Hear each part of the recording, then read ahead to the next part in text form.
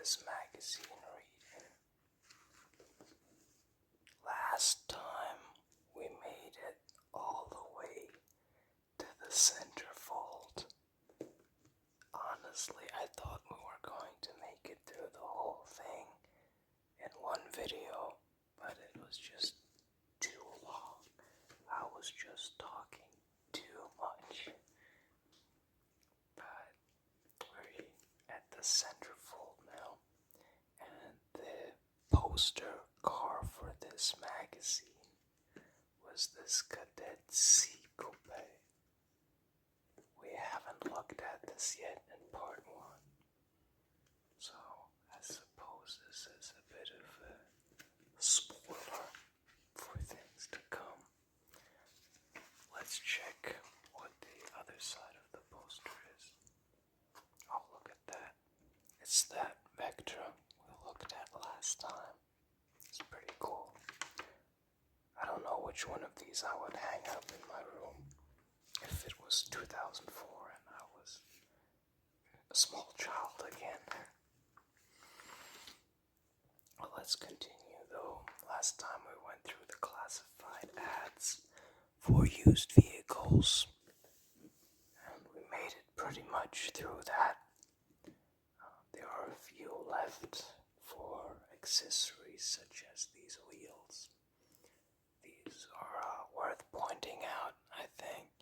These are the Astra GSI wheels. They're very similar to, if not identical, to the wheels that you would get on the turbo models of the Vectra and the Calibra. I don't think they came on anything else. I think these were never on the Kadett E or on any other car. I also have these ATV wheels.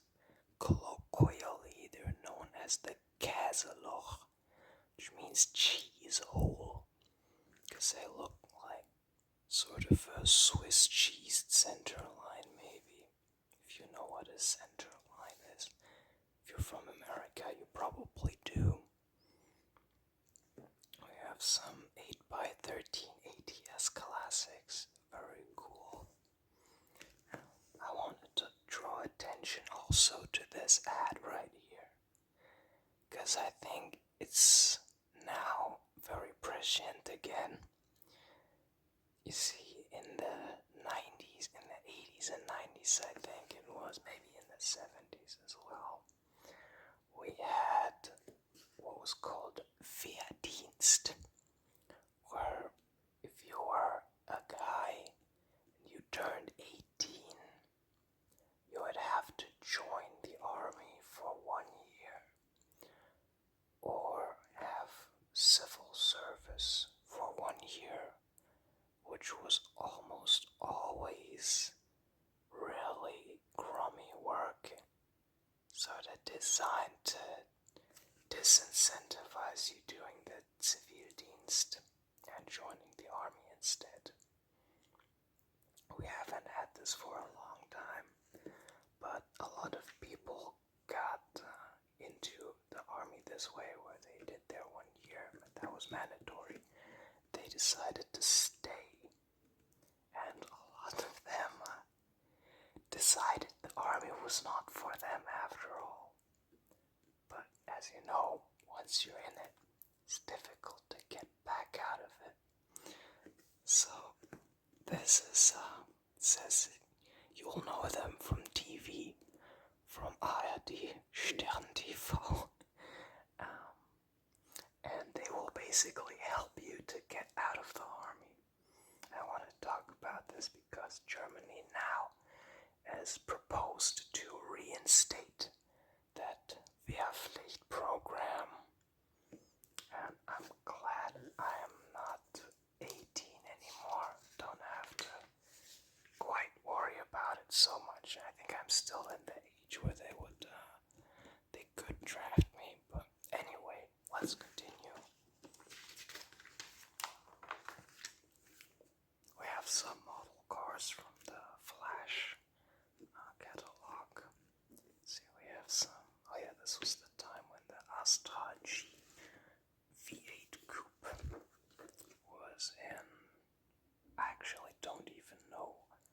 series that these raced in. It was not DTM. I think that ended in 1997. I have no idea. But Manuel Reuter, you might recognize. He was a big name in DTM, especially if you know about the V6 Turbo Calibra. He was, I think he won the DTM championship twice, and that I don't think that Astra V8 ever won anything like really significant. I'm not sure. If it did, I would probably know about it. We have a lot of older stuff. We have the then new Meriva, which I guess that was a hot commodity back then. We have the Manta A GTE, which it's not correct really. GTE would not have had chrome bumpers. Spotting a few hairs there. I have a Signum right there. Kadett P2 Coupe.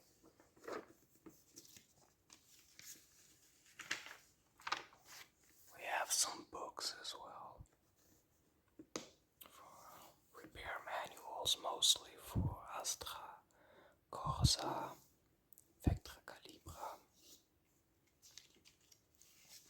and sort of some general engineering books. I know this one, I've read this one. This is a very good book, actually. I think there's no English translation for it, unfortunately. But if you do speak German, I would recommend you get this book by Ludwig Apfelbeck, Wege zum Hochleistungs-Viertaktmotor. We have a lot of ads with no pictures. Some interesting body kits for Tigra Calibra. Desperately ugly, I think. There's the puzzle page, I guess. I have a lot of these old magazines, and I've never been able to even once find the difference between these three on any of them. Like, they will always have these, and you have to find out the difference. I've never, ever, ever, ever seen it. If you see it now, please leave a comment. I would be astounded. This is just a regular crossword. This page is interesting. You could write in to Flash magazine, and they would print a picture you sent in with a text that you could come up with to say hi to someone that you thought was going to buy the newest Flash edition. So let's go through a few of these. I think maybe I'll translate some, because I think this is a really, really nice section of the magazine. It's a real cross-section of sort of 2004. I have a Calibra over here. So it says something like, "Hi dear, you never would have expected to see your car here. What a surprise." So it says, "Happy birthday, 21. And, oh, that's nice. She wishes for more lovely time together. Deine Karin," so that must have been his girlfriend that put his car in there. Lieber Bertie, you would have never guessed to be in the Flash one day. But that's the only chance I saw to tell you how much I love you and how sad I am without you. Damn, that's rough. Since we've been apart, damn, I only realized how much I need you. That's some heavy stuff to put in a car magazine. Okay. That's. Look at these two. Those are they like goth? I think these are like 2000s goths. And they have this blue manta. Wow. Those people are so cool. I hope they're still doing well today. Okay, I have an Asconabi. Half and half is what this says. Maybe you could have guessed that. Half and half, I think, alludes to the color scheme. Blue and green. Doesn't really work on anything. Blue and green, it just doesn't go together at all. I think this is no exception. Maybe you'll like this, but that's a real contrast there. That clash is pretty good.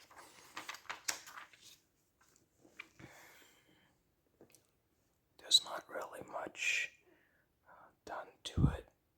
Seems like this is a stock body. Pretty skinny wheels as well. I think these are on spacers even. This may be like 7.5. Or I guess these ones are definitely the 7J. These ones I think are the 8-inch, 8x13. Look at the engine. It's just a regular like cam and head motor. So let's see what it has. It's got like a sport camshaft. Light and flywheel. Okay. So it does have a built engine. Yeah. Larger valves as well. And has 245 Weber DCOE carburetors. These are a mainstay on anything European.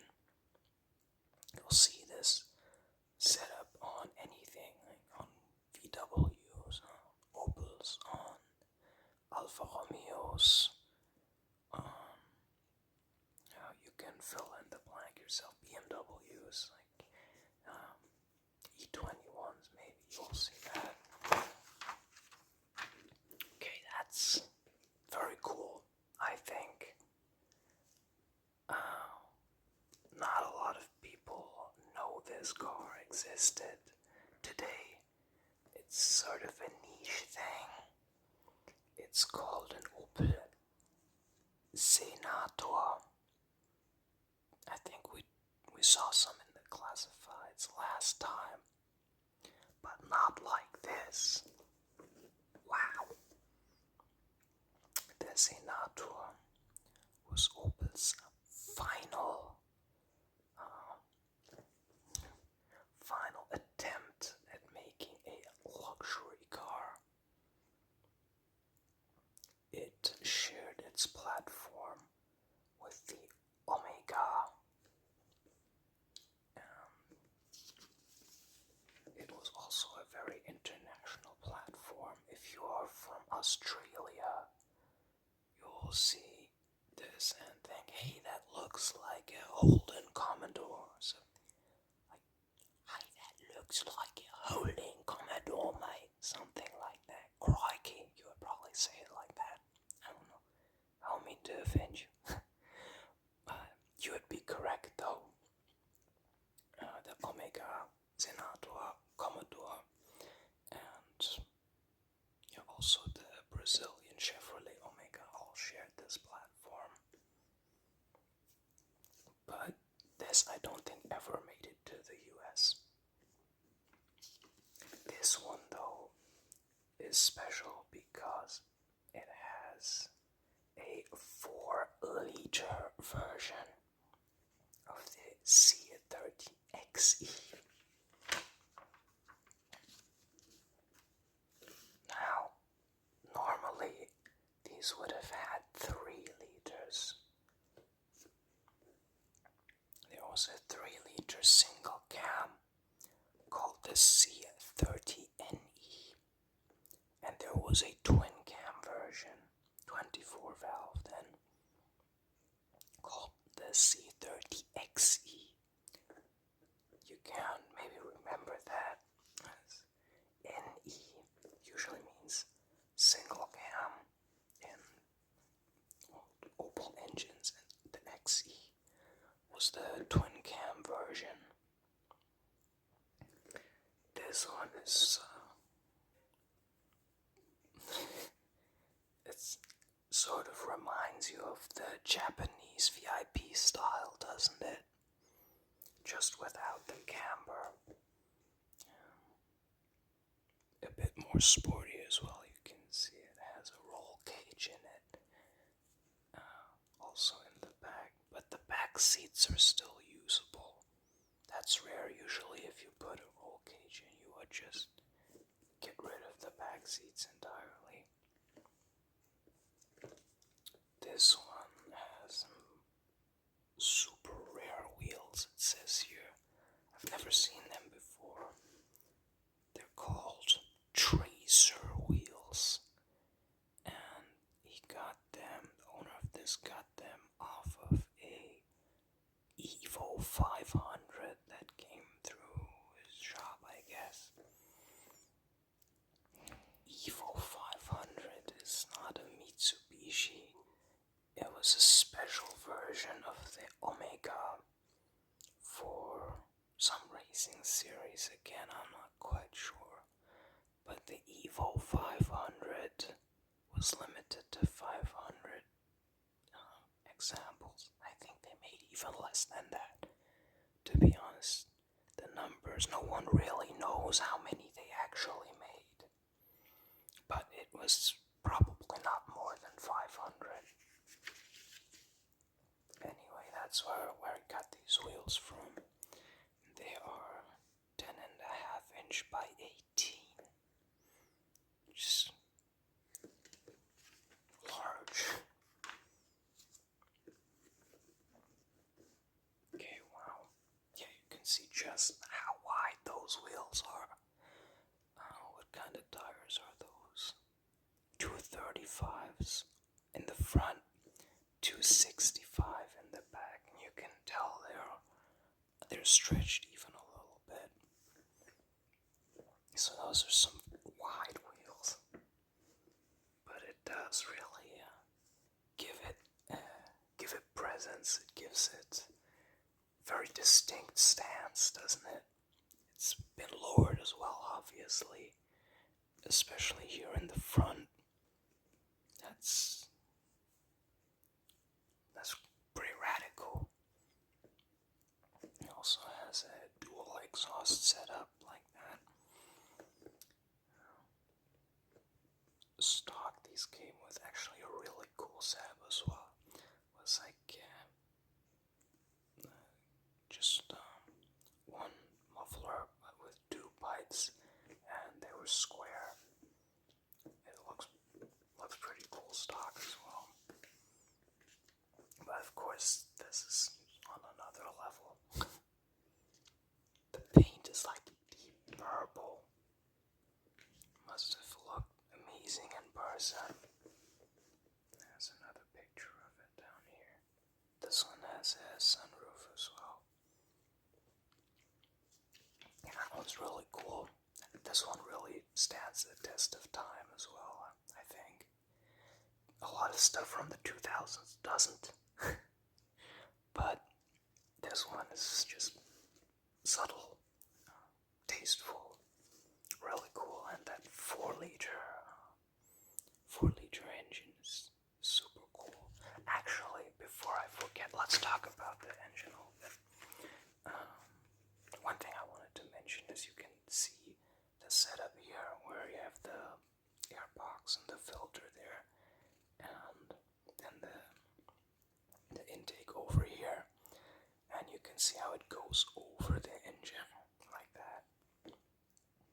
That was called the dual ram injection system, where there is a solenoid in there gas intake manifold that at low RPM forces the air to go through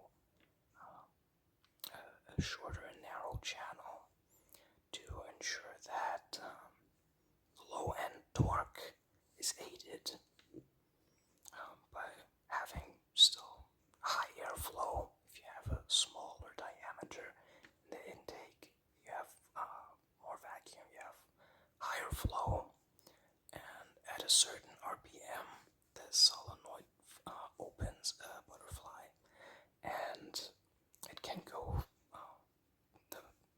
through the entire width of the manifold. So that's what you want, obviously. At higher RPMs, you want more airflow. You don't want it restricted. So that's pretty cool, and the system worked very well as well. It was simple but genius.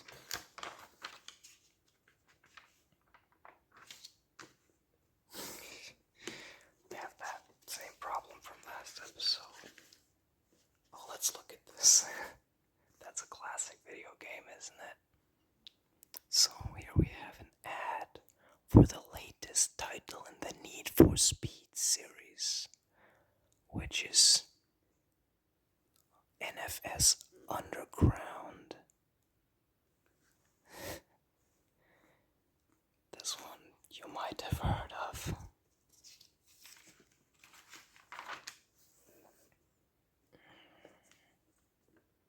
We have some stuff for Corsa, for Astra Convertible. This diffuser thing. That's a bit much, isn't it? That's very chunky. This is interesting. Can you see what's wrong with it? We saw that article before. It said half and half. It should have said this one half and half. So you should have saved the title for this one. Aufgemischt means like riled up.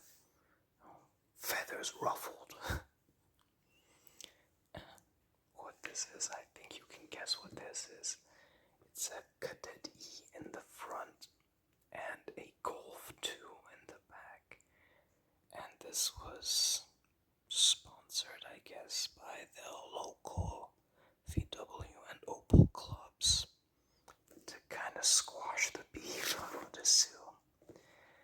Because while it's not this way today, back then there was real active rivalry going on between Opel people, VW people. It's like you were born either into an Opel or a VW family, and that's what your life was. From then on, maybe I'm being a bit too extreme, but it was really, they were diametrically opposed. I like to bring in this. I don't want to embarrass myself, but was it Freud or was it Nietzsche who said that the ego, and the superego? I'm sure I'll remember it as soon as I'm done filming. That I'm just, you know how it is. But basically, VW to me represents like the superego, where people who would drive them would be very conscious and concerned about their image in public, and they would be very concerned about tradition, things like that. They would like rigid values, whereas the Opel people are more individual, less conformist, and they're more the it. They're more, wild, I guess. So more scorpionic, if you wanna use astrology. But the beef between them was real. You can see it also also, when you look at the different generations of Golf and Kadett specifically, you can see the VW has a lot more continuity to it. They made the first Golf, and afterwards they made sure every Golf that came after it, up till the present day, looked like the first one to an extent, where you could at least tell that it was a Golf with each new generation. The Kadett, meanwhile, no two Kadett generations look similar at all. The Kadett was always a child of its time, untethered by convention, unlike the Golf. It was always, you can tell the decade it was designed in, even from the first two, like the Kadett A and B. They were the 60s, they had Coke bottle styling, they looked like really shrunken down Novas. The Kadett C was total 70s. Then the Kadett D was squared off 80s. Sort of 80s malaise though. Then this Kadett E was like everything that was good about the 80s, where the Kadett D was everything that was bad about them. Where it had like the LCD dash screen, some of them. It was a real hot hatch.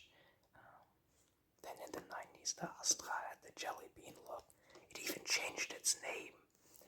That's how little the nameplate meant. That's how little continuity there was between them. So this is really a significant combination right here.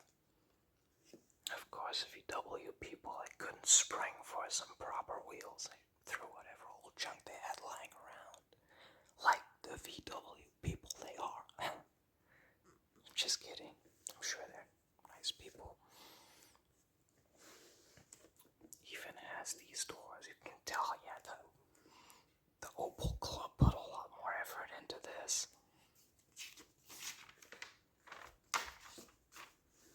Here it is from the back. Yeah. I think that's everything said about that. We have some more of these models. They're different ones, actually, as well. We have a GT next. GT is, it's like a baby Corvette, isn't it? Most of these went to America. I'm not a fan of the wheels on this one. I think they just don't fit on this car. They look too modern. Also, these, you can't really see it, but these red drum brakes, kind of tacky. There's not too much to say about this one. It also has a built engine.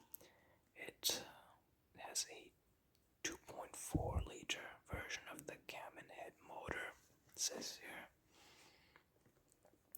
A 2 liter E cylinder head. I'm not sure why that's significant. I think there's not much difference between them.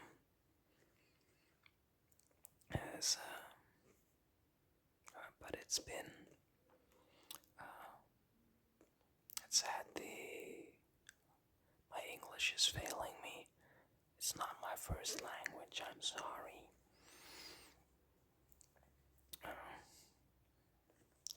Hat eine Zylinderkopfbearbeitung erfahren. Ja, okay.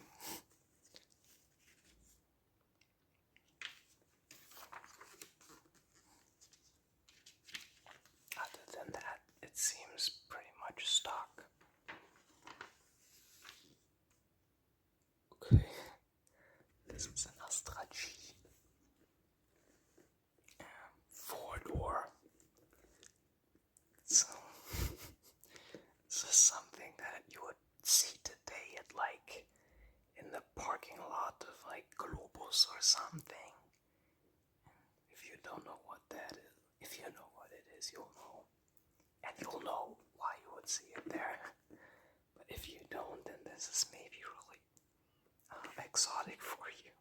If you're from America or something.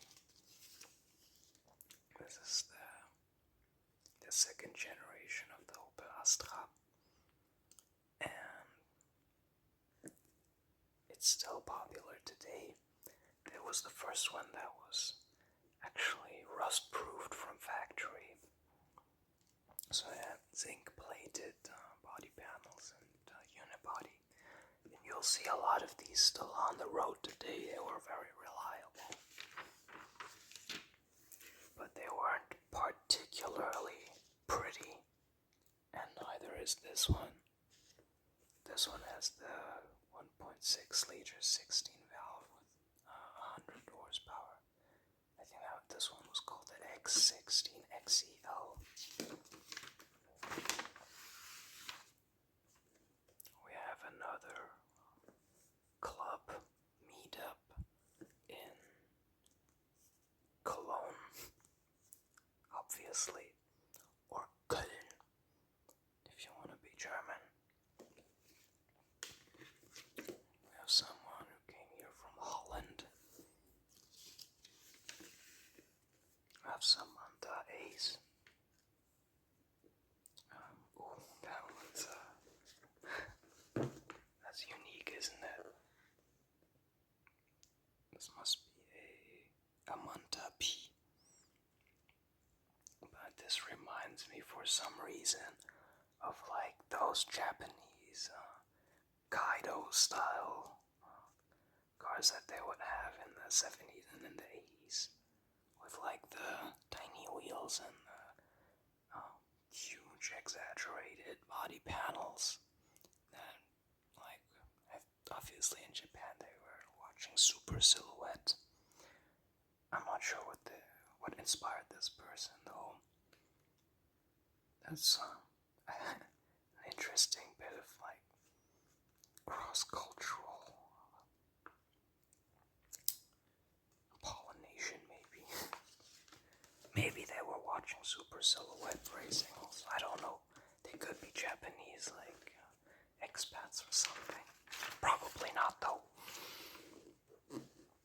Okay, we made it to the cover car. It's Kadett C Coupe. This is like Opel scene from the 80s and 90s in its purest form. I think that Kadett C Coupe was like the one everybody wanted. Because they look cool with this coupe. Fastback design. And they were also still rear-wheel drive. This was the last generation of Kadett that was available in rear-wheel drive and as a coupe.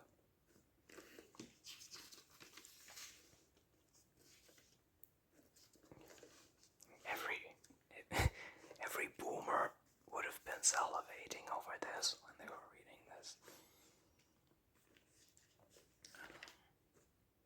It has a newer stereo, and it has these optional dials. These, I believe, were standard only in the GTE version of the Kadett C Coupe, which was super rare. It had the injected 2-liter engine. Almost all of them were carbureted. But if you got the GTE, you got this dial pod and these gauges for, I believe it's oil temperature, oil pressure, and an ammeter.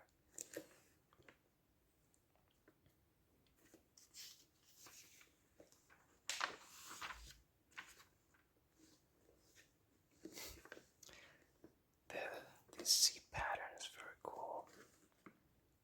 Super 90s. I think there was a model that had this as the standard pattern. I really don't know though which one it was specifically. Something from the 90s. Maybe Calibra. I think it was, you could get this in the Calibra. This this one has a leather console instead of plastic. So they really went all in on that. It also has the classic Kadett C Coupe, which looks like diving goggles. It's called the Taucherbrille in German slang. It means exactly that. It means diving goggles.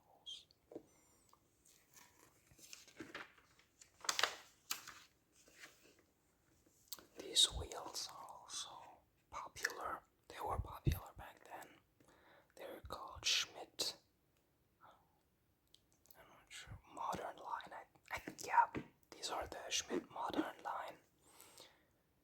You could get these as 5 spokes or as 4 spokes. Well, it looks good though, with the paint matched center and the polished lip.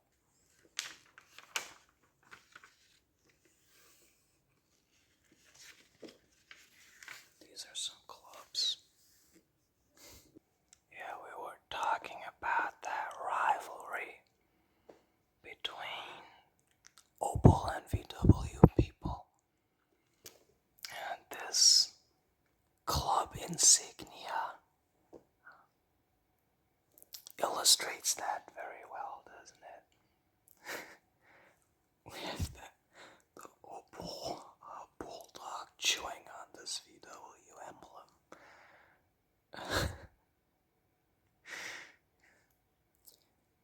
For the artistic execution, I don't know, that it could have been done better perhaps, but I think they got their point across. Certainly more technically refined, this one, than this logo. Oh my, yeah, that's plain old cringe, isn't it? You can buy, I don't know where you can buy them, but you can buy these little horns and the little tail in chrome colored plastic, and there's an adhesive strip on the back of them, and you can put it on the trunk of your car, like on the logo, and make it look like this. And make it look like real Lucifer's whip there. Thankfully, I've never seen it actually done to an Opel Lightning Bolt in real life. Usually it's VW, Skodas. I think I've seen a couple BMWs that had this.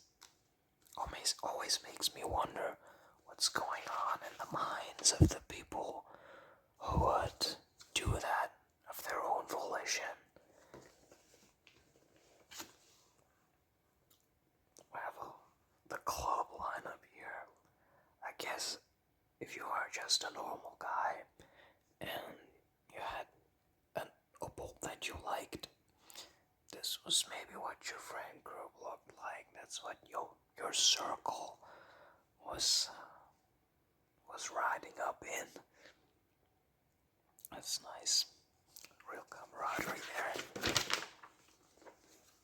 We have the new Corsa C, some sort of rally car version of it. I'm not sure what's being done to this one that would make it different from the regular Corsa. It's called Super 1600, this class of racing. So I'm assuming this is a 1.6 liter. But if it's turbocharged, if it has an all-wheel drive conversion or something like that, I have no clue. It doesn't say here either.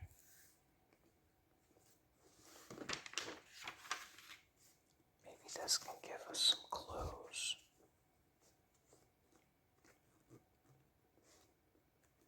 Not really, though. The engine is looks like it's still in the front. I think that's the front. These the suspension geometry doesn't look like the stock Corsa one. I think that's definitely different. He's getting mad here though. Like, look at that. Didn't even realize. Wow, he's really sending it.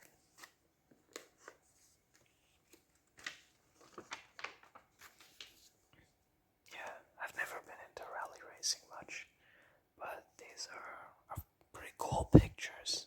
I know a lot of people are, especially in Scandinavia. There's another picture of it. I think actually this is still purely front-wheel drive, just judging by how it's kicking up the dust.